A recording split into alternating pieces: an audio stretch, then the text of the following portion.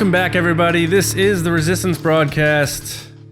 Winter is not coming to a galaxy far, far away. It's going to Netflix.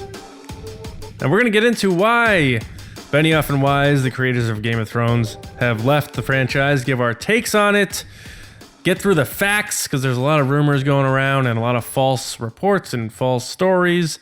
So we're going to try to get down to the truth of this matter and also turn our eye to the future. Now, what does this mean? What impact does this have on the future of Star Wars movies? And joining me as always, Giggles McGee, James Bainey, and Lacey Gillerin.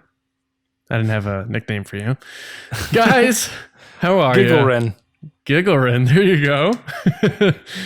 Yeah, the Halloween nicknames are over, so we go back to other nicknames. Guys, hey, how's it going? You ready to talk about this departure and really get into the truth of what happened, or what? The truth. Well, I don't know. Yeah, I think it'll be fun. The reason I was laughing, though, by the way, is because I thought, I wish we were all three old ladies, so the name The Resistance Broadcast would make more sense. Oh my God. But yeah, I don't know why I thought of that. But yeah, we'll talk about it. We'll talk about all that money that they're gonna be making. Yep. Big bucks. I wish I had a lot of money. Yeah. I mean, you had that Netflix money? I do. I would love Netflix money. Netflix, what up? No, we don't. Can we do this on like make the official Star Wars Netflix podcast? I mean, we can. Yeah. What? Like, we pitch this show to Netflix and they give us, $5 million. I think Je ne sais pas. Netflix exclusive. Kathleen Kennedy would stop that real quick. But no, we don't have a lot of money. We actually have a support system, though, called Patreon that people do allow us to make this podcast and make all our other videos and improve our quality and attend events and cover things for you guys. And a lot of you are out there right now watching and listening. So I want to thank our existing patrons of the Resistance broadcast. And the reason why I'm talking about the Patreon at the top here is because today you may have noticed we have launched our kind of 2.0 of our Patreon, since it is the 1-year anniversary of the page. So first off, thank you to everyone who has been a supporter of ours from the beginning, to whether you signed up day one or you signed up today. Thank you so much for all of your support. We really appreciate it, and it goes a long way. You have no idea. But we're very excited to just briefly, before we get into Will of the Force, talk to you a little bit about some of the changes and new looks and stuff that we're doing for you, because we're always here to improve, evolve, grow. And let's start with Lacey. You've been facilitating our page for a year now, so you're the person to go to on this. What are we looking at here for changes for everybody from year one to now? Well, I think when we first started this, I'm going to be honest, we thought a lot about the tiers and what people would get from each tier, but we didn't really think about what kind of content we wanted to create. We wanted to see where we would go with it. And I think we have a better base of, we know now what works and what we like to do. And so you're going to keep getting those 8+ mini episodes. You guys are getting 2-3 extra videos a week on top of the podcast, and you get the podcast early, which is something that developed over time. It didn't start with early access, right? Which is kind of cool. But I actually want to throw it to James because he made the images for the tiers, which also then changed up the tiers a little bit because he did some research and we realized that our tiers weren't actually correct. And also that sweet new header image. Yeah, I don't look awkward, so there's that.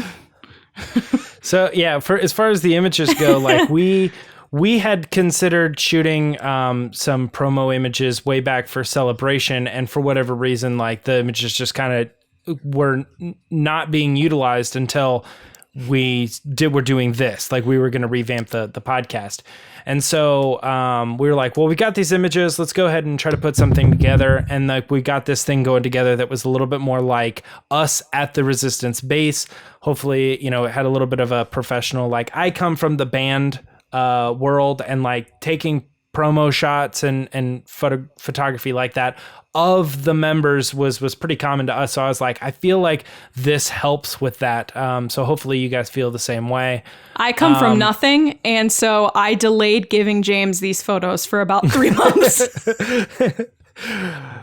That may or may not have been the reason, but the other thing, that the tiers was interesting because I don't know, there is some stuff, when it comes to like what each one was, like a pilot that technically wasn't anything. We used Temmin Wexley, the character, as the representation of the pilot, but look into it, he's not a pilot, he's a major. It's like they don't refer to him as pilot. He's major. Looks like we made a major mistake. Yeah, exactly. Major is then above lieutenant, and what I decided to do was I looked at the actual resistance ranking, and we mixed that with so we used the real badge system, the real ranking. We still kind of loosely tied it to some of the characters to give it a little bit of familiarity. And the last thing we did was we put color coordination to the tiers so that it would carry over and cross over with Discord, as well as future things that we do that relate to specific Discord.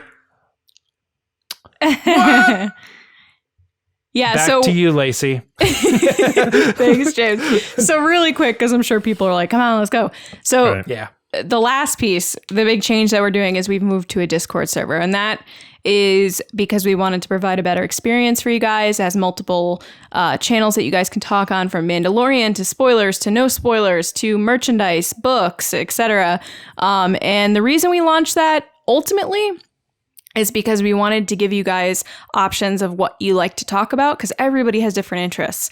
But also, in addition to that, is it's getting nuts out there with spoilers and leaks and stuff. So this is a way for you to be a part of the community, talk with us all the time, but you can avoid those spoilers because we've all agreed as a community that we won't post them unless they're in that specific channel. And so a lot of our listeners were saying, I'm off of Twitter until January because I don't want to see anything. So this helps us kind of separate that. But then the big thing too is you get to talk to us all day. And look, I can get annoying. I get that. But there's a lot of cool people in there that aren't annoying, and you get to talk about Star Wars all day. So that's it. Check it out. Yeah. And again, I joke about this at the end of our podcast every week. Like if you haven't had enough of us 2 times a week, like they said, 8 mini episodes every month, including the rumor reviews I do and the Lacey's Outpost. And James has videos he peppers in from time to time as well. You're getting all that early. I know we're getting a lot of that on the main channel now, but the growth for that channel has a lot to do with your support as well. So it's not just necessarily there's content on the Patreon page for you, which we are continuing to do and create and think and all that sort of thing, but you're helping us really improve the quality and quantity of the show. So thank you guys all so much for your support. And again, if you want to check it out, the relaunch happened today, and it's patreon.com/resistance broadcast. Tiers start at $2 a month all the way up to tier 5. And we thank all of our existing patrons and our future patrons. But now it's time to podcast. So we're going to get into that now with Will the Force. It's back, baby. We're going to send it to James to fire up this week's questions with our friend Cheer It. I fear nothing, for all this, as the Force wills it. There he is, baby. All right. Cheer It, man. Still to this day, beat up Hondo one time. I love that. Will the Force this week, 5 questions, 2 patron questions. We're going to kick it off right now with this first one. Will Wicket, we all know the little lovable Ewok, is he going to appear in the Rise of Skywalker? John, I'm starting with you on this one. Are we getting it back? Is it going to be the cameo for Warwick Davis? I think it is. I think they're putting all the eggs in the basket for live action things to come back that have existed previously. So we know Warwick hasn't gone away. He's been in every movie in one way or another. He's very active with Celebration. He's a big part of the family. He's in this movie, so why wouldn't you put the bear suit back on? They've got it somewhere. I'm sure it still fits him. So and we're still in the Endor system. It all points to yes. So I think we are going to see Wicket back in the Rise of Skywalker. So yes, we will. All right. Lacey, what do you think? I agree. I think it's an easy way to get Ewoks into this movie, even if it's just him. Do we know the life expectancy of an Ewok? Has that been answered? Oh, no. I do. I'm sure it probably has. I don't know off the top of my head. Like, would Wicket be dead? Right. I mean, I don't want to think about it because that's very sad. But I mean, there were some older looking Ewoks, and he looked kind of young. He looked like They a could baby. be 5 days old though, if their life expectancy is Right. 5 days. You know. But that being said, I think it's an easy way to give a callback to the original trilogy, to let Warwick have his moment, a little bit of fan service, but also excitement, ties everything together. So yeah, totally. Yes. Okay. I am unsure because of the whole Endor thing that we discussed last week, but this is what I'm going with. I'm J.J. Abrams. I'm closing my eyes. I'm going, is seeing Wicket in this movie going to be satisfying? Yes, it would be. So, yes, he will be showing up. That is where I'm landing. I remember someone asked Matt Martin about, like, is there a database for all life expectancies in Star Wars? And he's like, we only reveal that if we have to, because we don't want to, like, handcuff ourselves. So I've really thought about what the behind the scenes stuff, like what they have to have written out, and it's got to be so nuts. Someone here is saying 80 to 90 years for an Ewok. So if that's the case, he'd still be alive. But I mean, I think we're all three on board saying yes. So Yeah. Cool. Our next question is from a patron of ours. This one is Admiral Tampa Movie Guy, coming from him. Admiral Tampa Movie Guy wants to know with the Benioff and Weiss departure and mystery surrounding the Rian Johnson trilogy, will we actually see a Star Wars film released in 2022? Lacey, this one's coming right back at you. Bingo, bango, boongo. This Is that it? Boomba? What did I say? Boongo. This is tough. Because the first one was supposed to be their movie. So that means they either have to hand off their whole concept or then bring in someone all new. And that's like 3 years away. I'm going to say no. We're not going to see a movie in 2022 because of this reason. They'll revamp it and say, oh, we've pushed it back to 2024 or whatever. So no. John, what do you got on this one? That's tough because you got the sale happened in October 2012. Force Awakens came out 3 years later. They would have to have something kind of in motion soon. I'm going to say yes still, though. I think it could be the Kevin Feige movie. It could be, because I can't imagine him departing. So he's already on board producing a film. He gets things done. So I think it's possible they say, Kevin, that slot is there. Take it. That allows us to, look beyond after that and get this other stuff figured out. So I'm going to say, yeah, I think we will see a Star Wars movie in 3 years from now. We will. Yeah, I think we will as well, mostly because I don't think that it holds very well with fans if they announce the 2022 slot.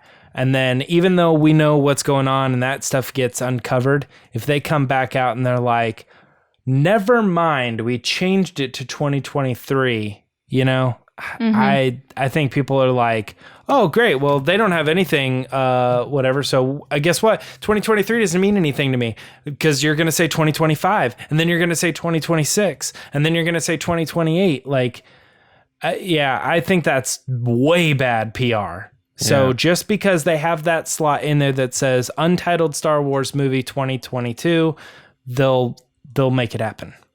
Nice. The next question we got is, will the Mandalorian's name be revealed in season numero uno? Season 1, are we getting his name? John, what do you think?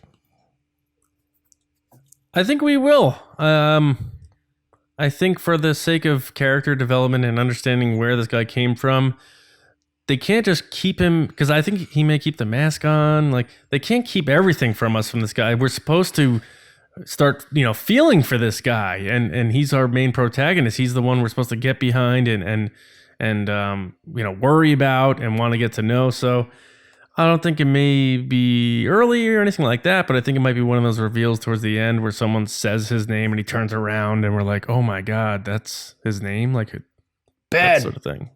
Ben! Yeah. So I don't know. What the heck? We will. Well, I mean, we'll find out around Christmas, but I'll say, yeah, we will. Yeah, it's not too much longer. Not too much longer. What do you got? You think they're going to name him Dan so that they can change the name in season 2 to Dandalorian? Okay. So, no, I don't think they're going to name him Dan. But I do think they're going to give him a name because a name is really important to people, like as an individual. Like, I can't imagine myself not being Lacey. So I can't imagine that they'd have this full season without giving him some type of persona outside of the Mandalorian.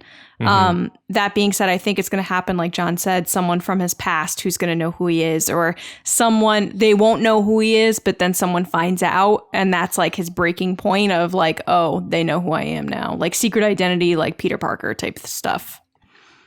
Yeah, they must have some kind of Plandalorian in place for this. Oh my goodness.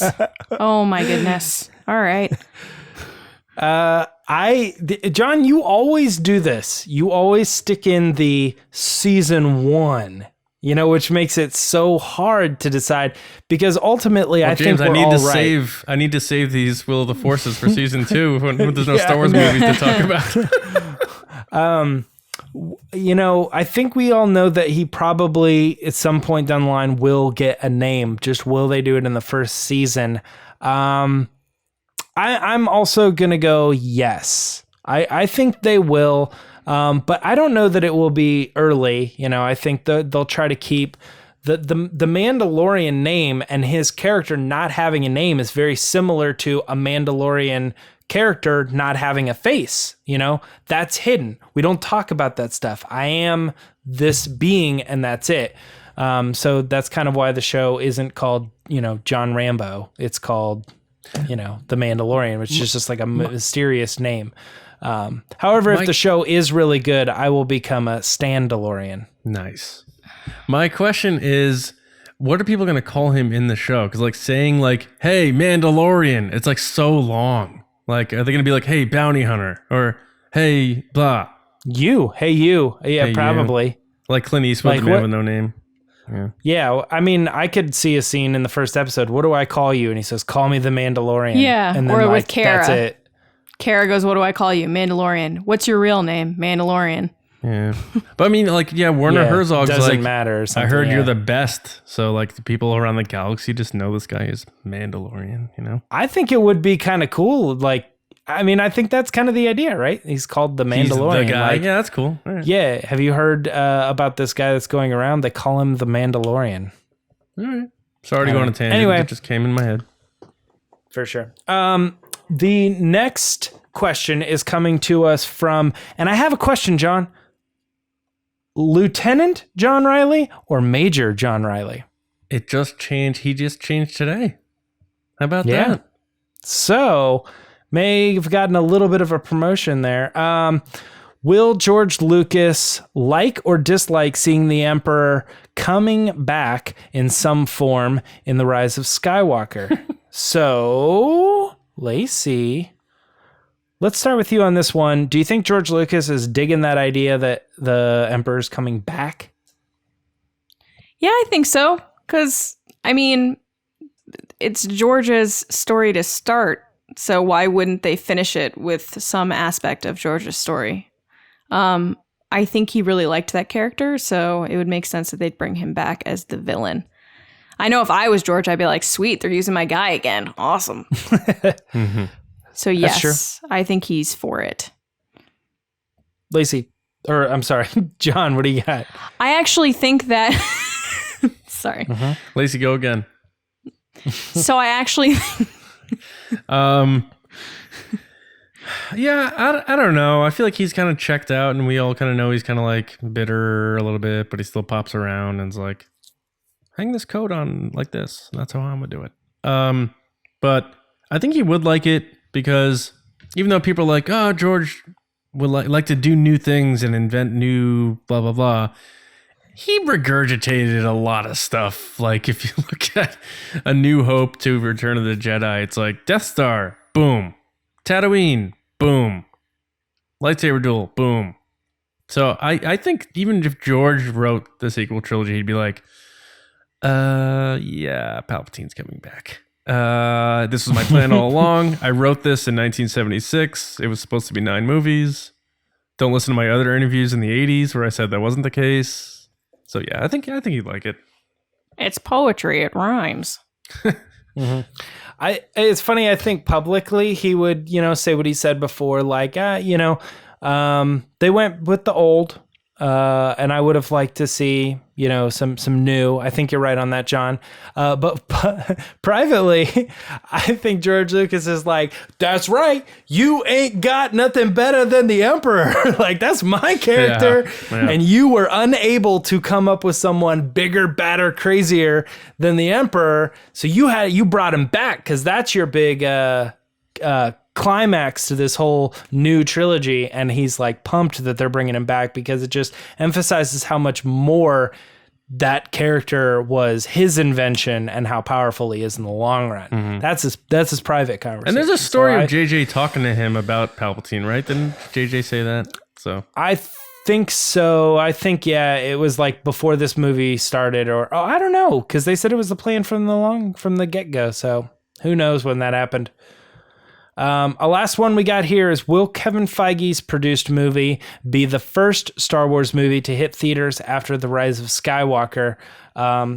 John, we're going right back at you for this one, starting it off. You already kind of hinted I here. Spoiled it myself, I incepted myself. Yes, it will be the first to put a smile back on everyone's face. Kevin Feige. All right, Lacey, what do you think? You agree with that? Yeah, I think they're already working on stuff probably with Kevin. So yeah. Yeah. Just to lock it up real quick on this one. Yeah. I mean, right now, Ryan is saying he's unsure of the timetable and there's nobody else. So it seems like he's next in line. And he just Feige, gets things done. He's taking the throne. Yeah, that's the other thing too. He's so good at just pumping out 3 or 4 movies a year. He could be like, here's my plan for this. Let's go. Like, what are we waiting for? All right, that's it then for Will of the Force. Let's head on over to the Patreon pod race. Lacey, what's up? So we talked a lot about Patreon, so I'm not going to get too much into it, but head over to patreon.com/resistance broadcast. And you could possibly have a rotating spot on the Patreon pod race, which is what General Jeremy has today. And he's answering the toughest question we've ever had. It's not that tough. No. It's tough for me. And it's, will Kylo Ren / Ben Solo die in The Rise of Skywalker?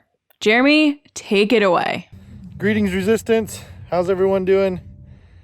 For the upcoming Rise of Skywalker movie, I want to see good old Kylo Ren / Ben Solo perish. I do not want to see any kind of Reylo connection. They can team up. They can do what they need to do to take down good old Sheevy babes and help take down the First Order. But after that, I have to see Mr. Ren part ways with this life and not get redeemed. He took Han Solo from me and from all of us, and to me that's a line that just you cross, buddy, and you cannot come back from. So with that, I definitely do not want to see any type of redemption. It's no good, man. Hope everyone's well. Resistance, keep on doing what you're doing. General Jeremy out. Jeremy, I have a lot of questions. Number one, how dare you? I'm going to go to John.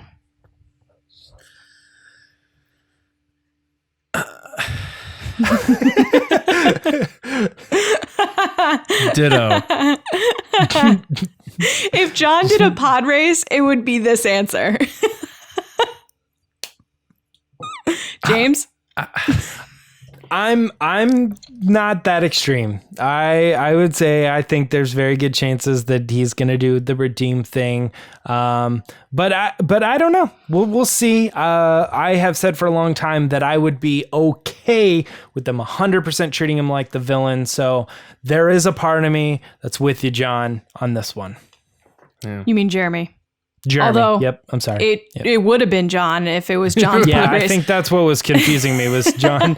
John said at one point, like, that would have been my Patreon pod race. So Yeah, and to be fair, he did say they can team up and beat Palpatine. Like, I'm vibing that too. And he can be redeemed. But if the question is, will he die? And Jeremy says yes, I agree. I mean, Jeremy seemed disagree. Lacey, can we be honest? Jeremy seemed a little more excited than me about his death. Yeah. Like he seems like he's got his popcorn already, and like he's got his little like Kylo die flag. He like, wants to, yeah. He's all in. Like disappointed if he lives. Yes. Yeah. Right. Well, Jeremy, I'll forgive you for this, but thank you for your support. I love your background. It looks like you're getting grapes, right? Still doing grapes? I can't tell. You got some great music though. Was jamming out Some to that. great music.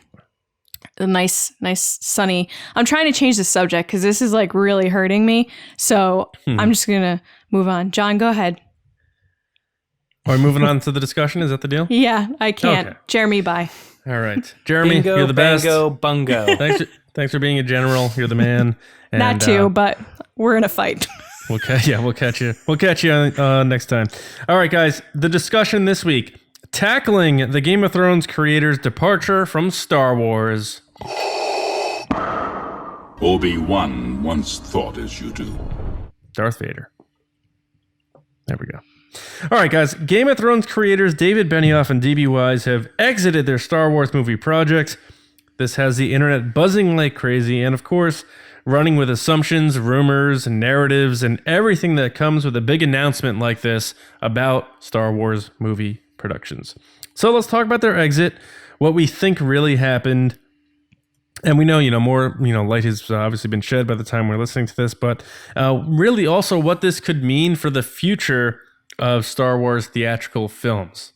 Obviously, I'll just start by saying, obviously, there's been a little bit of a pattern of this happening with Star Wars productions, and it gets a bigger spotlight because it is Star Wars and not like, Dude, Where's My Car? Or, another production that no one cares as much about. But to me, it's clear that this is its own animal and how it happened, and it has to do with the fact that David Benioff and D.B. Weiss, when it was announced that they were getting this trilogy or series of films, they were to write and produce it, and everyone flipped out, so excited, because Game of Thrones was still really popular amongst fans. It was the biggest, most popular television series of all time, and then season 8 happened, and everyone got upset and started saying these guys don't know how to write, they stink, and a lot of people flipped the script on them. I think that soured the waters a little bit, and then they got their deal with Netflix, and they're like, you know what? I don't need this. I'm out. And I think there's more to it. I'll get into my other reasons in a minute, but I want to bring you guys in. James, I want to start with you. And you alluded to this on Monday, that it is straight up bags of filthy, dirty cash as the main reason. But what do you think about this whole situation? I was saying, I think that the writing was on the wall the second that Netflix deal was out there, because to me, you generally just don't really hear about I don't know, people taking multiple jobs like that to that degree.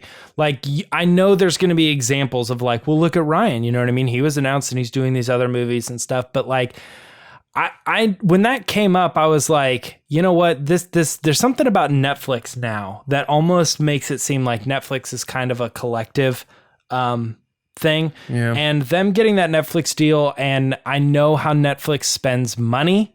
They're kind of liberal with how much they want to give people and how much freedom they want to give people. And when I saw they signed on with a Netflix deal, I thought, all right, that they just got a ton of money and the liberties to do whatever they want. And regardless of how much we want to say about how strict Lucasfilm is with, you know, how everything's got to fit into the canon and no, you can't do this story and it's got to fit this way and stuff. I don't even think that's it. I think that they were willing to deal with all that stuff. I think it just comes down to Netflix has like almost zero restrictions on the stuff, and then Disney had some restrictions. So they were like, creative freedom and a lot more money. Yeah, sorry, we got a better job. That just is what it comes down to. We were excited to work for you. We were excited to come and play with what you were going to give us. But at the end of the day, sorry, I got a better job. So they just went over there. But you say stuff about the fandom and other things like that. I don't know about that, but I want to hear what Lacey has to say. Yeah. Lacey, do you have an opinion on that specifically? Well, so I agree with you, James. I think that it's a business decision first and foremost. I think anytime there's big amounts of money on the line, anyone's going to be like, I'll take the money. But I think there is a piece here that everyone needs to take a step back and look at, which is the fandom is nuts. We're all crazy. So that being said, just seeing the kind of stuff that like Rian Johnson deals with on a daily basis, and going back to months ago, one of my favorite directors, writers, producer guys, Christopher Mcquarrie, who does like he's doing the new Top Gun. He does Mission Impossible. He did Edge of Tomorrow, which I adore. He was doing like a So him and Tom Cruise are friends. Yes, he does all the Tom Cruise movies. He did that Mummy movie too, which I realized I was like, oh, he's just Tom Cruise's guy. So then I like Tom Cruise. Anyway. No, I like The Tom Mummy. Cruise. I didn't like the Mummy. Oh, I didn't see the Mummy. So he was doing like some sort of Q&A one day. And you know, I'm a huge fan of his. So I was like, hey, would you ever do a Star Wars movie? And his immediate response was to quote tweet me and go, I'm not going to answer this because I don't want to like get into it with people. Like that was his response. It wasn't, no, I don't want to. It was not, oh, I'd love to. It was, I don't want to hear what people have to say. So if like, I can't help but think that some of these directors just say no to things because they don't want to be involved. I'm trying to think of who else was rumored to do something. Wasn't Jordan Peele going to do a Lando movie? And he was like, nah, I'm out. Like that was rumored to be going on. So you can't help but think that these top 10, I'm not saying that's true. That was just one of the rumors going around. But like, Sure. From my own personal experience with Mcquarrie, like you have these top talent, like really great guys and girls, just saying guy because I'm talking to a guy, that won't even touch it because they're just like, I can't deal with the backlash because they saw what Rian Johnson went through. So what kind of creative person's going, yeah, let me just throw my hat in knowing that there could be just spikes at the bottom of that pit and take a jump. Yeah, and I agree with that. And, you know, even though no one's saying she was asked to do it, Ava DuVernay said, like, I would never want to do a Star Wars movie. And she's like, no, I want nothing to do with that. And it's to publicly say that, especially if you come off a clunker like that movie she did for Disney. Wrinkle in Time. Yeah. Oof, Maron. And then I heard from someone else who had said they'd spoken with someone who was a director, and they had said like, yeah, there's definitely if I don't need to do a Star Wars movie, I'd rather not deal with the headache of doing it. And that's a real thing. It's a tangible thing. And I think that's a big problem for Kathleen Kennedy right now, because she has a catch-22. She has fans screaming at her that she needs to be more diverse and bring in new voices and new directors and new writers. And then they have this other thing here where it's like, you need proven talent and stability because you've had a lot of volatility with your choices with directors and writers. You need to figure this out and balance that in a way. And I think the fan culture is damaging. And for anyone to think that these fans that have vilified David Benioff and D.B. Weiss because they didn't like how Daenerys Targaryen's arc ended, and call for rewrites of the show and boycotting the show, you are no different. Let's be clear. You are no different from the people who vilified Rian Johnson for The Last Jedi. And I know for a fact there's a lot of people who are slamming these Game of Thrones guys for how they did their story and how they wrote it, and they don't know how to write and stuff. We're the biggest defenders of Rian Johnson against people who hated Rian Johnson. Well, guess what? You are the hero until you live long enough to see yourself become the villain, and you did. And now you're causing a problem for Star Wars literally with productions because these people are seeing it, they're fully aware of this fan culture, and they're like, you know what? Like James, you just said, Netflix like knocks on the door for David Benioff and D.B. Weiss, and they're like, $250 million. Come play in our playhouse. There's a lot of toys here. You don't have to do what we're saying. There's no story group saying this, that, and the other. And there's no Netflix fandom. It's a Star Wars fandom. There's no Netflix fandom of toxic Netflix fans. You come do your show. If people like it, they stay. If they don't, they go. And they're probably like, peace. Gotta go. So I think there are certain elements to it because that Hollywood Reporter article acknowledged that and said they don't like the idea of the toxicity. That's why they skipped San Diego Comic-Con. The farewell to Game of Thrones. They're like, I don't want to be booed after 8 years of just doing all this relentless work of creating one of the greatest TV series of all time.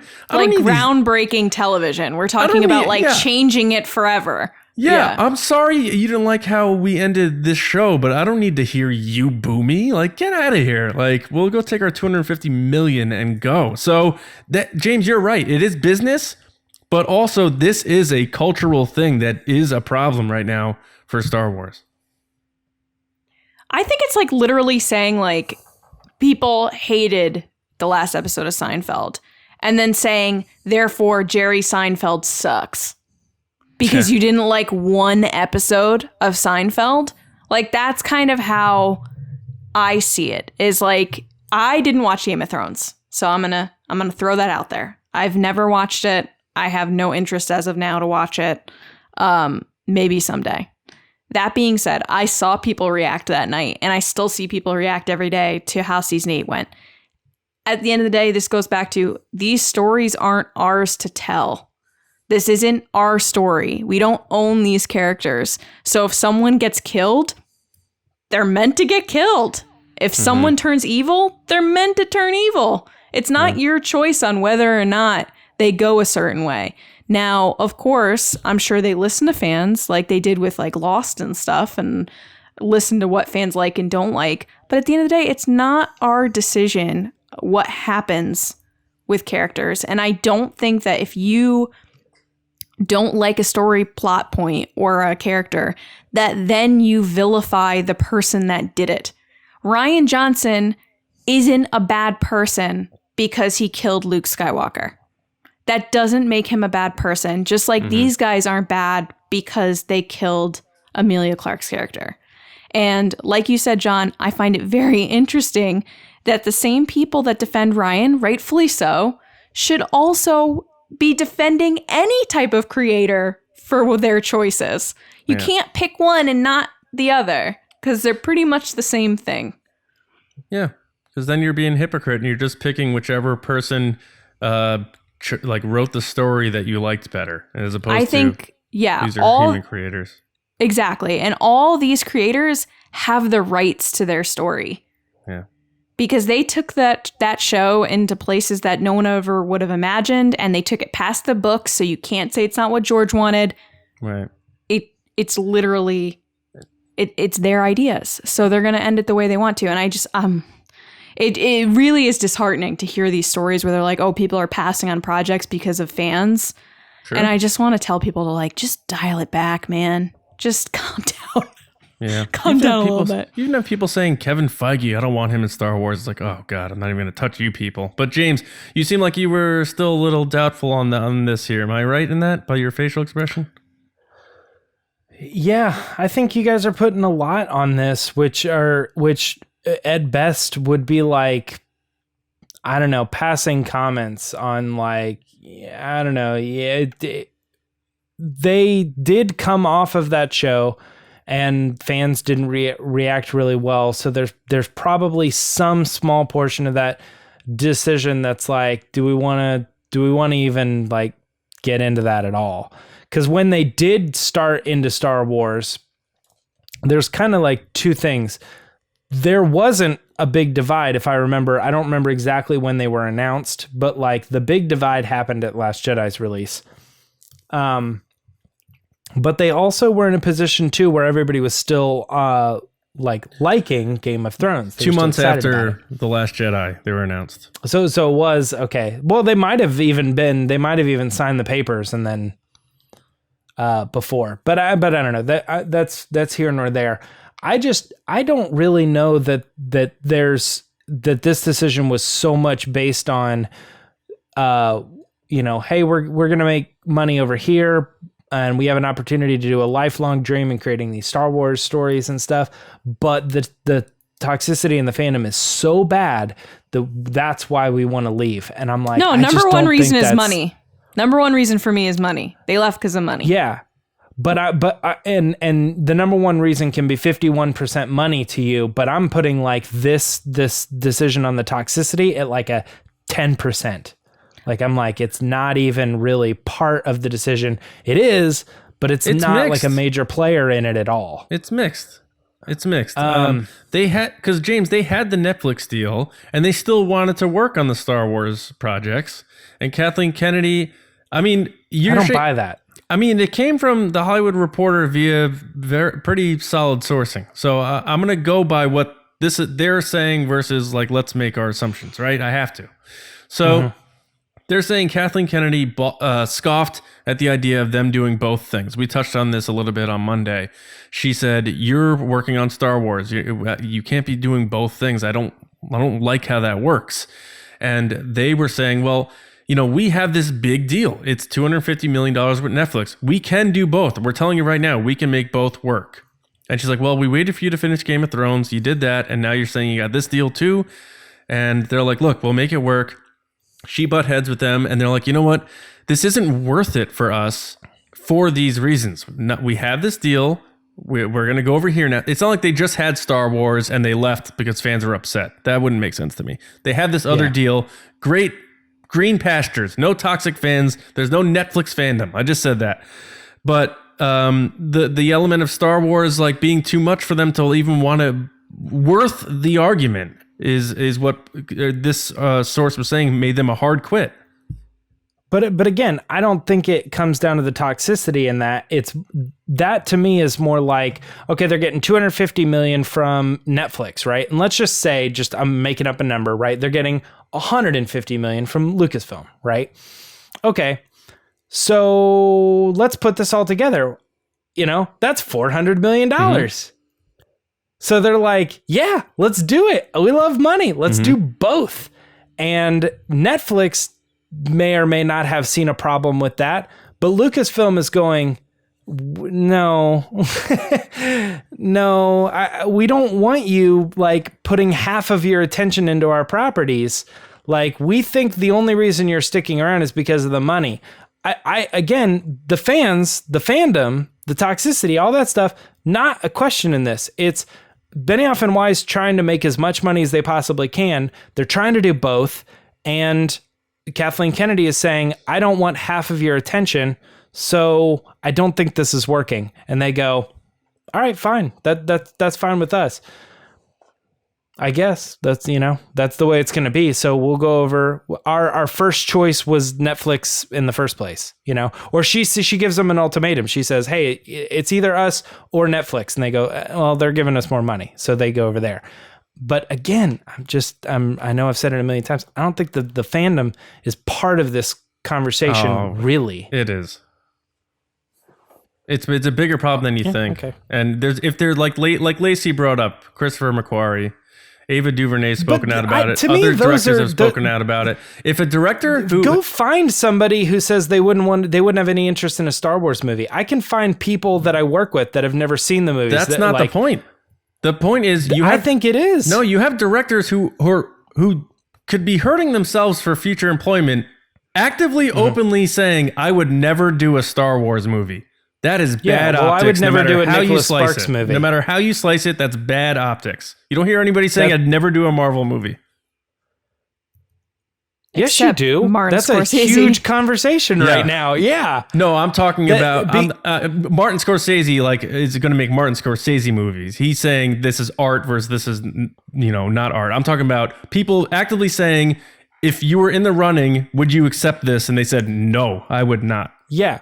And you guys quoted Ava DuVernay for saying that, but she said, not for me, which to me says maybe she just doesn't feel like she's a right fit for that world, that type of movie. Right. And it doesn't necessarily mean she's like, I'm not touching that thing with the 10-foot pole. I'm just going to get hammered on Twitter and my career will be over. Like, we have to remember too that like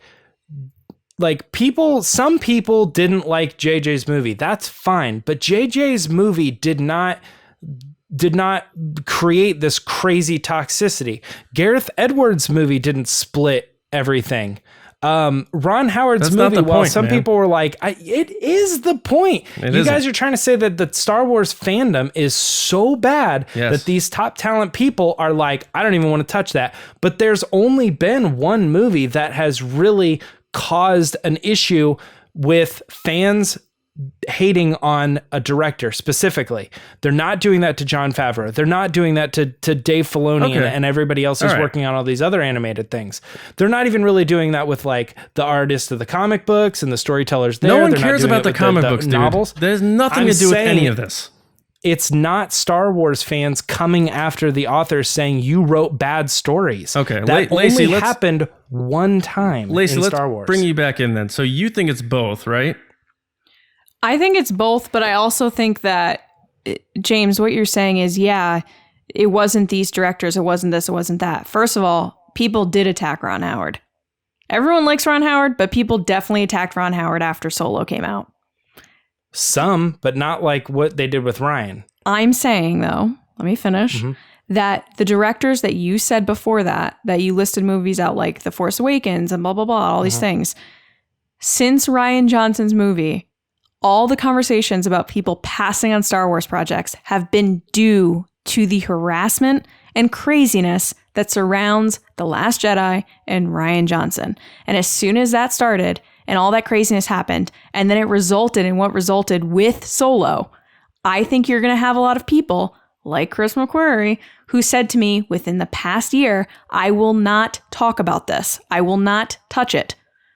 He's a guy that's making buckets of money with Mission Impossible, who loves Star Wars, who has openly talked about Star Wars on Twitter before about how much he likes it. He's saying he will not answer that question because he doesn't want to deal with the backlash.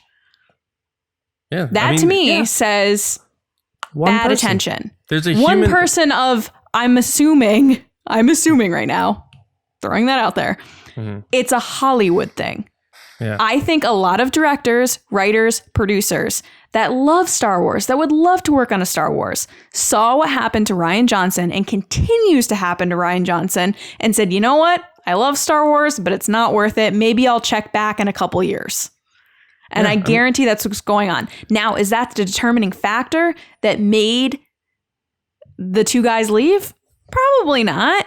But if you're sitting down with two job offers and you make a pros and cons list, and that's one of the cons on there is like, well, if we take this job, we have to deal with this. And it's like, well, if we go to Netflix, no one really gets crazy angry. Like even Stranger Things, no one gets angry about Stranger Things. And those guys are allowed to do whatever they want, the Duffer Brothers. They probably saw that and were like, you know what? It's a better deal. Plus we get tons of money. Like, I agree with you, James. I think it comes down to money. I think it totally comes down to money and creativity and the ability to do whatever project they want. And it doesn't have to be Star Wars. But at the same time, I think that anyone can see that after what happened to Rian Johnson, there is a like red flag above Star Wars that people are like, do I want to take this or not? I mean, think about the backlash people gave Jon Favreau when he got announced. Do you remember that? How people were like, oh, look, Jon Favreau, what a creative pick. Dude's the nicest guy ever. The biggest Star Wars fan. Then people have come around, obviously, and been like, oh, Jon Favreau's the best. When he first got announced, it was nothing but hate on my page because they announced him on International Women's Day or something. And I think that's the biggest reason, honestly. I don't know that it would have been anywhere near as bad had they not done it on that day. Anytime they announce someone who's like when they announced Kevin Feige, it's the whole another white male thing, and I get that, right? But again, like that didn't get as much storm as the Jon Favreau thing because the Jon Favreau was announced on a very specific day that was like anti what it was. Sure, but then 2 years later, all those people who said that are taking photos with Mandalorian helmets on, and they're like first in line because to go it's watch not the that show. big of a deal, right? Not even that. He's put and that's so why I'm many thinking people. Benioff and Weiss is like it's not that important. Right, but then you have people that hated on Jon Favreau at first, like for days, by the way, not just one day, days, weeks, hated on Jon Favreau. And then he turns around and makes every episode of his show directed by someone else. Women, people of color, all over the place. That's normal. But I'm saying, like, I just feel like people are so quick in this fandom to jump to conclusions before they know the full story. And I'm not saying this is specific to anyone in general. It's just like, it's not specific. It's like every single piece of news, people jump to conclusions. But I don't think you can ignore what happened to Rian Johnson. It continues to happen every day. And Rian Johnson aside, to get back to the Game of Thrones guys, they received a lot of flack for not being able to write because they created a story based on George R.R. Martin's books, and that took them through season 5. And then season 6 was loved by critics, loved by fans. That was the first season that took place after his books. So it's on you guys now to continue Game of Thrones. They wrote and produced 7 of the 8 episodes. It had in the mid-90s on Rotten Tomatoes for both audience and critics. And they wrote and produced that series, and this is post his books. So for people to say, oh, these guys, they only could write his material. Not true. Fact right there. And the Battle of the Bastards is one of the greatest episodes in the history of TV. They both wrote it and produced it. And guess what? What was their job going to be on Star Wars? Writing and producing. So it's quite possible because of all these situations that we lost these guys taking part in Star Wars because of the backlash. And to say that they only did it because of the money, that certainly helps. And it was a huge chunk of this. But again, I'm checking that Hollywood Reporter article right now via the sources close to the situation. It says they were rattled by the reaction to the end of Game of Thrones. These people are creators and humans. You have to remember that. It's not just business. They're just like us. When we get rattled when people subtweet us, these guys are getting vilified publicly by thousands of people that their work is garbage. Possibly millions. And they didn't, could be millions. And they didn't show up to San Diego Comic-Con because they were rattled by the fan reaction to the end of their show. Take that, which was their biggest work and passion in a decade of effort, and add to, we have to go into Star Wars now and do movies after what happened to Rian Johnson. And it says that they didn't want to deal with it. They went on vacation with their families and they decided the toxicity in the fandom is an issue. It's a part of this story right here. This isn't just made up. So I understand that the deal is there. I wish I could find the quote now.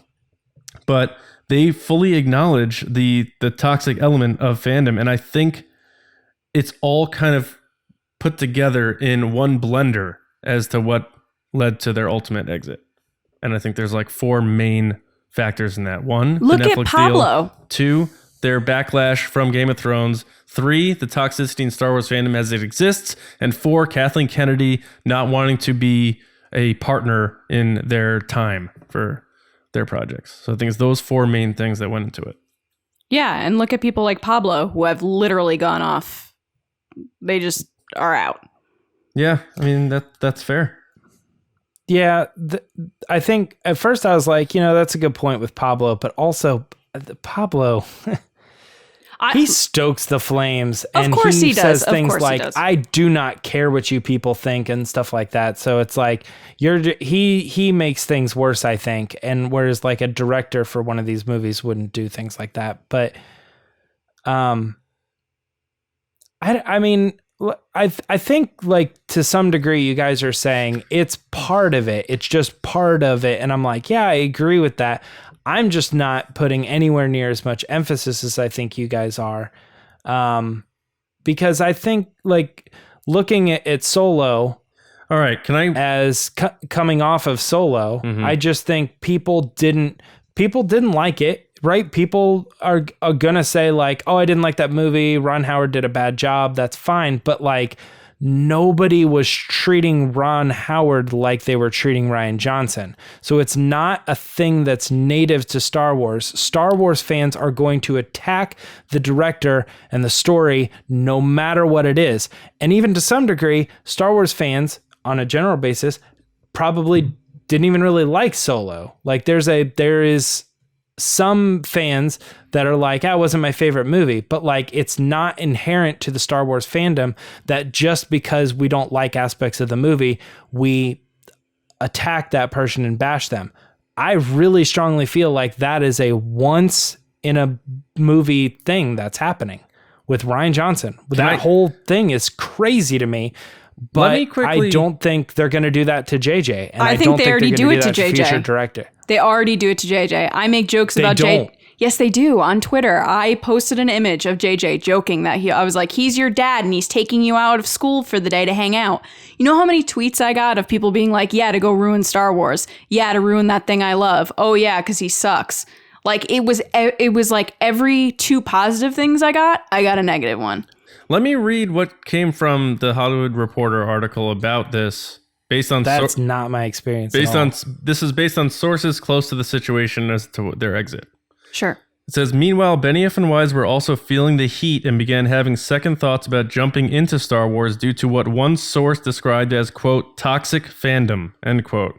Their creators had built Game of Thrones from the ground up based on George R.R. Martin's novels and were initially lauded by both critics and fans who made the show the most watched original series in HBO history. But the divisive 6-episode final season aired and was met with such backlash that the duo backed out of a farewell panel at San Diego Comic-Con in the summer. To go from Thrones to Star Wars, where fans have bullied actors off social media and taken aim at filmmakers like Johnson, who wants to go through that again? Not them, notes another source with knowledge of Benioff and Weiss's thinking. This was in the life is too short category.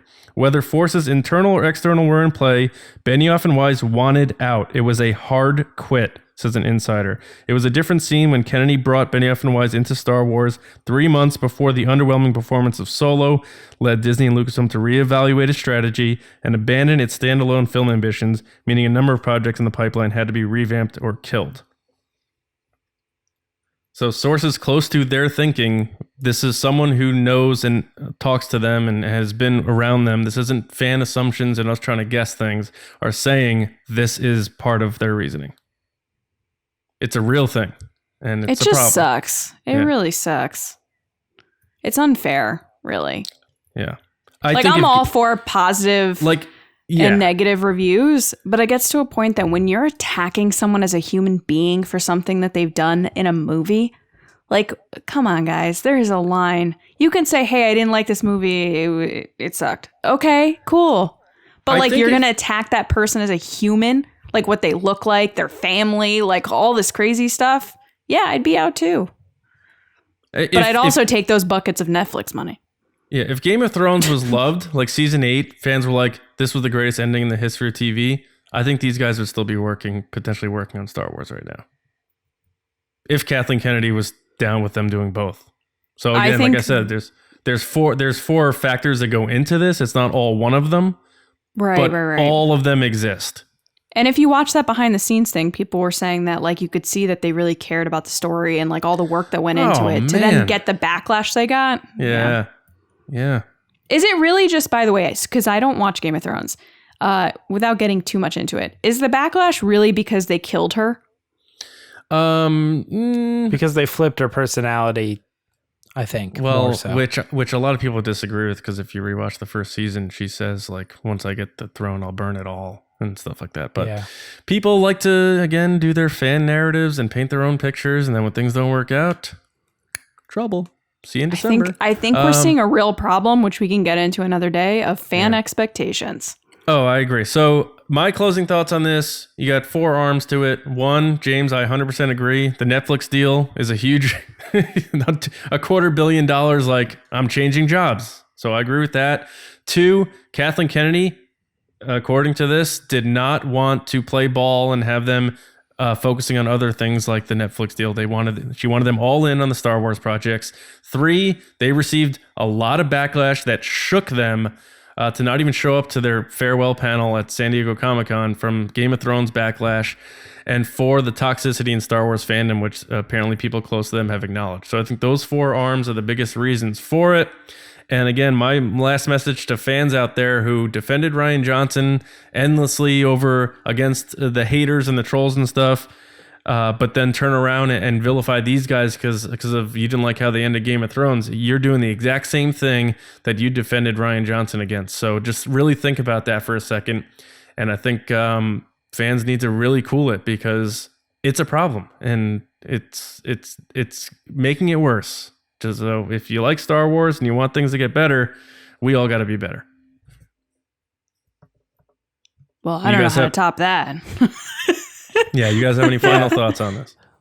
Yeah, my final thoughts, because I know you guys know exactly what I'm saying. I think those 4 factors specifically are the 4 factors, like if you were just looking at a chart of everything. But I think the way that you guys are seeing it is more like it was 25% this, 25% this, 25% this, and 25% this. And I'm more like it was 50% this, 30% that, 15% this, and then like 10% fandom. So those are the 4 biggest reasons why they made this move.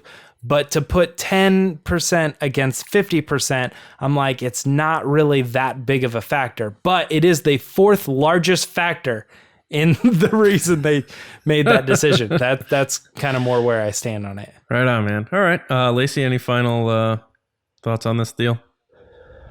I'm disappointed that I won't get to see what they would have done, because there are kind of rumblings of what they were thinking of, like the beginning of Jedi and stuff, which sounded really cool. Just talking about fandom like this like really gets me down, because it's like every day it's something else that people are mad about, and I just want to say, like, guys, it's not that serious. Just have fun. Yeah, it did sound. You're right, though. Stop letting it affect you. I'm not letting it affect me. I'm telling people to knock it off. I'm just ready for resistance transmissions. Yeah. Lacey, that was a good point, though. That article did say that they were looking to explore the dawn of the Jedi, which is we're looking at Old Republic. I thought that was a really cool idea. That rumor and it turned out to be true. Yeah, and it goes back to something James said a long time ago of like new characters, new stories. Let's get out of this timeline. Let's go somewhere new, and I'm all for that. No so whoever baggage, whoever takes it over, I can't wait, because they can't get mad about Luke Skywalker when we're like 1,000 years in another direction. Kevin Feige produces 2022, directed by Martin Scorsese. Yeah.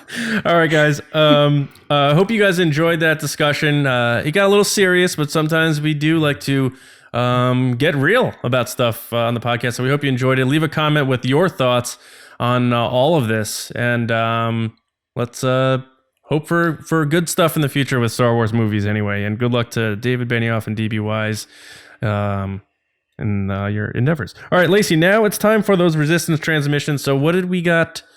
What do we got going this week?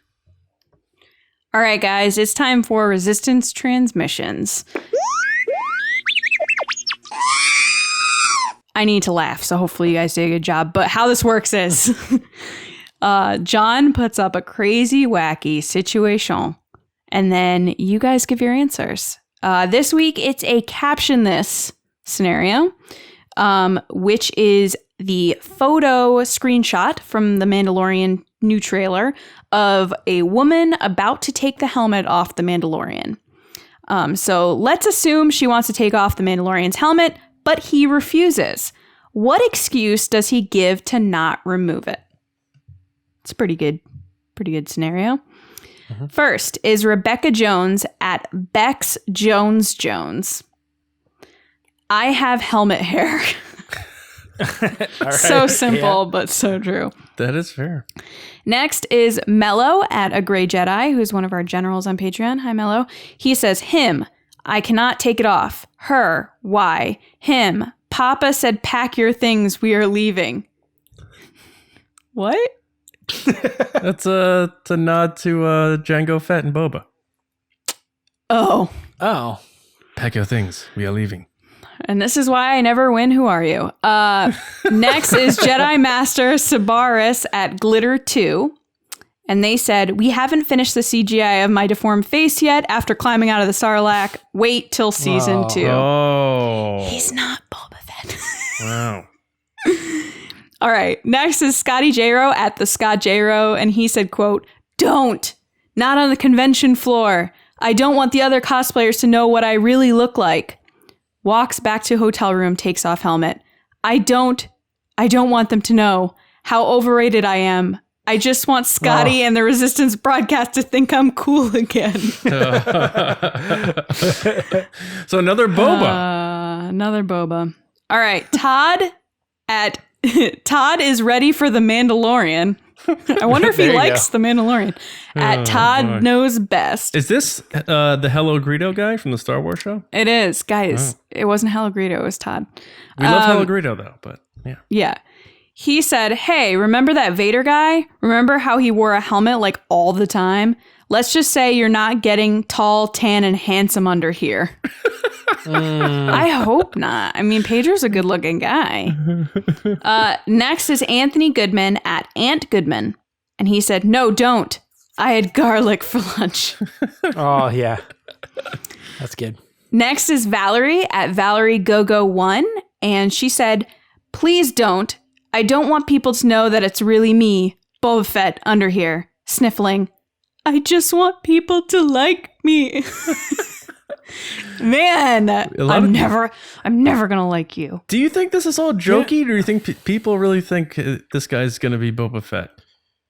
I don't know, but the other day at my work, people were like, it's Boba Fett, right? I'm like, no, it's not. That's why I think anybody who knows is joking. Yeah. You know what I mean? Yeah. But I do think it would be interesting if it did turn out that it was Boba Fett. And the reason he went by the Mandalorian is they tried to dive into that whole he was a clone and he was never really Mandalorian. And that's part of his identity. And he's trying to prove that since birth, he's felt Mandalorian. You know what I mean? That could be interesting if they wanted to deep dive like that into a character study. But he's way too young. You have to do Tamir Morrison's voice. It doesn't make any too. sense. Yeah. So it doesn't really quite work, but.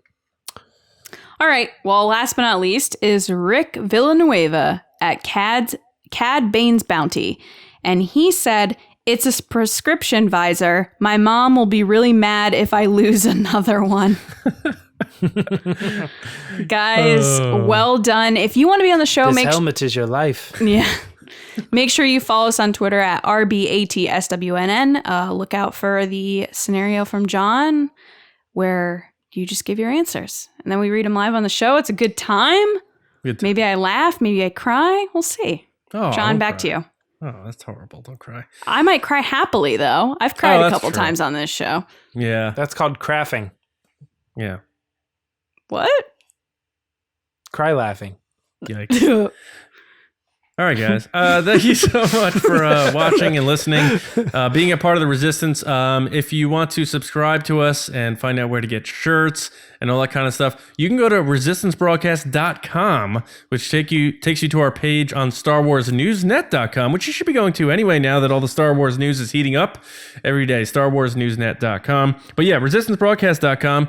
You can find out where to subscribe, which is Apple Podcasts, SoundCloud, Spotify, YouTube. If you are an Apple Podcast user, give us a 5-star review. Leave a little rating. That helps us, populate more in people's searches. So we appreciate that. And if you're watching on YouTube, leave a comment, like the video, get involved in the conversation because a lot of people like that back and forth on there. And as always, Twitter at RBATSWNN. You guys know that we talked about this earlier at the top of the show, in the middle of the show, and now, because I like bookends, patreon.com/resistance broadcast. The relaunch happened today, baby! So go check it out. We have a new banner, new logos, new images, and new content coming your way via our 5 tiers, starting at $2 a month. And what is that tier called now, James? That one is Lieutenant. The bottom, that's $2 a month tier for page access, and that's tier 2 and up, which is major. You'll be able to submit topics like earlier in the show you saw Will of the Force, and you can get involved that way, and on up through the rankings. So we appreciate all of your support. Go check it out, and of course that Discord server is pretty sweet. But thank you guys all for your support, especially our generals, which are Carmelo, Brian Shalito, Andrew Staley, Neil Lowry, Jeremy Myers, who you just saw before in the pod race, Neil Shaw, David Probus, John Reese, and Val Trichkoff. Thank you so much. And you guys can find me on Twitter at Johnny Hoey and at Star Wars News Net. James Baney. What about you? I wish I was at James Baney, but I'm not. I am actually at Meyer Trunks. Yes, and that is a Lethal Weapon reference. Lacey, how about you? You know it. People can find me trying to make Solo 2 happen at Lacey Gillerin on Twitter and Instagram. That's excellent. All right, guys. It was my Must be idea. Nice. Sure was. Okay. All right, It was guys. John's. I hope you have a wonderful weekend, and just know that we'll be back with you on Monday, which is Mando Eve. So enjoy your weekends. Get ready. And we'll see you on Monday morning right here on the Resistance broadcast. See you around, kids.